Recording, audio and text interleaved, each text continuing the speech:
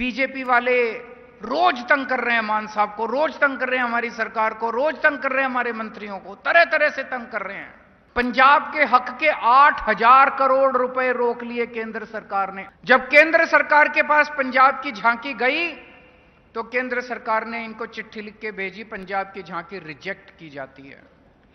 आपने हमें 117 में से 92 सीट दी, बहुत शुक्रगुजार हैं आपके।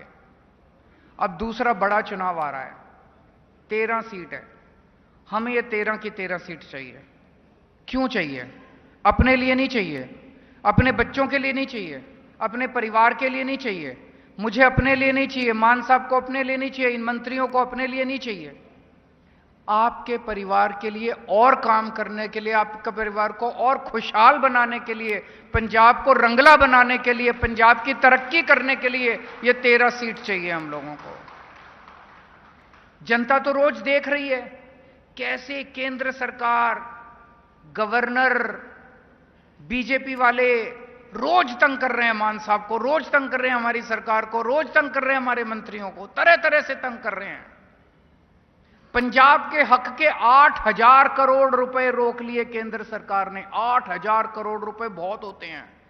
कितने स्कूल बन जाते, कितनी सड़कें बन जाती, कितने अस्पताल बन जाते, कितने मोहल्ला क्लिनिक बन जाते। इतना काम कर लेते हैं हम 8,000 करोड़ से। जो काम करते हैं गवर्नर उस काम में टांग अड़ा रहा है, हर काम में टांग अड़ा रहा है। 26 जनवरी को पंजाब की जनता अपनी झांकियां निकालनी चाहती थी। दिल्ली के अंदर झांकी निकलती है, 26 जनवरी को पंजाब की भी झांकी निकलनी चाहिए थी। पंजाब ने अपनी झांकी बना के भेजी।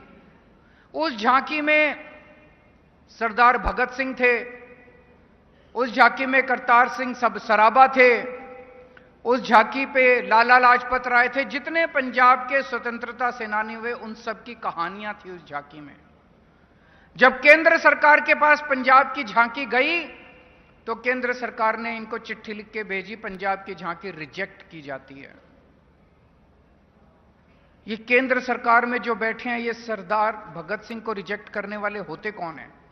ये केंद्र सरकार में जो बैठे हैं ये करतार सिंह सराभा को रिजेक्ट करने वाले होते कौन हैं? ये लाला लाजपत राय को रिजेक्ट करने वाले होते कौन हैं? इन्होंने पंजाब की झांकियां रिजेक्ट कर दी। अब ये पंजाब के अंदर सरकार गिराने के लिए रोज एमएलए को, कभी किसी एमएलए को अप्रोच करते हैं, सरकार गिराना चाहते हैं जो पंजाब के लोगों की। इससे लड़ने के लिए आज अकेला भगवंत मान आपके लिए लड़ रहा है। भगवंत मान केंद्र सरकार से लड़ रहा है, इन बीजेपी वालों से लड़ रहा है, गवर्नर से लड़ रहा है। आपका बेटा, आपका भाई अकेले रोज रात दिन 24 घंटे आपके लिए लड़ रहा है। आप इसको अकेला छोड़ दोगे? इसका साथ नहीं दोगे? आज अगर आप 13-0 से इनको हरा दो, 13 की 13 सीटें इसको दे दो, तो ये 13 हाथ बनेंगे भगवंत मान के। ये 13 हाथ बन के दिल्ली के अंदर जाके बीजेपी से लड़ेंगे और केंद्र सरकार से लड़ेंगे। 13 एमपी लोकसभा के अंदर, संसद के अंदर उठ के आपकी आवाज उठाएंगे, पंजाब की आवाज उठाएंगे।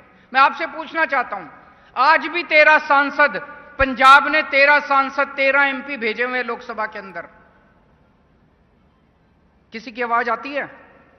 कोई सुनाई देता है?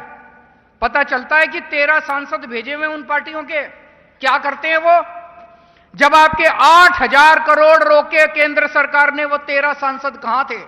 ये तो अब अकेले रिंकू की आवाज दिखाई देती है जलंधर से, पिछले 1 साल से जब से रिंकू लड़के जीत के गया। बाकी 12 कहां हैं? पंजाब के लिए कभी लड़ते हुए क्यों नहीं थे? जब 26 जनवरी को पंजाब की झांकी रोकी गई तब ये 12 सांसद कहां थे? दूसरी पार्टियों वाले क्या कर रहे थे? ये मटर गश्ती कर रहे थे, कुछ नहीं करते, पंजाब की कभी आवाज नहीं उठाते। आप अगर 13 सांसद आम आदमी पार्टी के जिता के भेजोगे, ये 13 के 13 लोकसभा में भी आवाज उठाएंगे। और अगर आपका कोई काम रुकेगा, अगर रूरल डेवलपमेंट फंड का रुकेगा, तो उस मंत्री के घर जाके, उसके दफ्तर के अंदर जाके बैठ जाएंगे, हटेंगे नहीं जब तक आपके पैसे रिलीज नहीं होंगे। अगर आप ये वीडियो YouTube पर देख रहे हैं तो हमारे चैनल को सब्सक्राइब करें और बेल आइकन को दबाना ना भूलें। अगर आप Facebook पर ये वीडियो देख रहे हैं तो हमारे पेज को लाइक करें।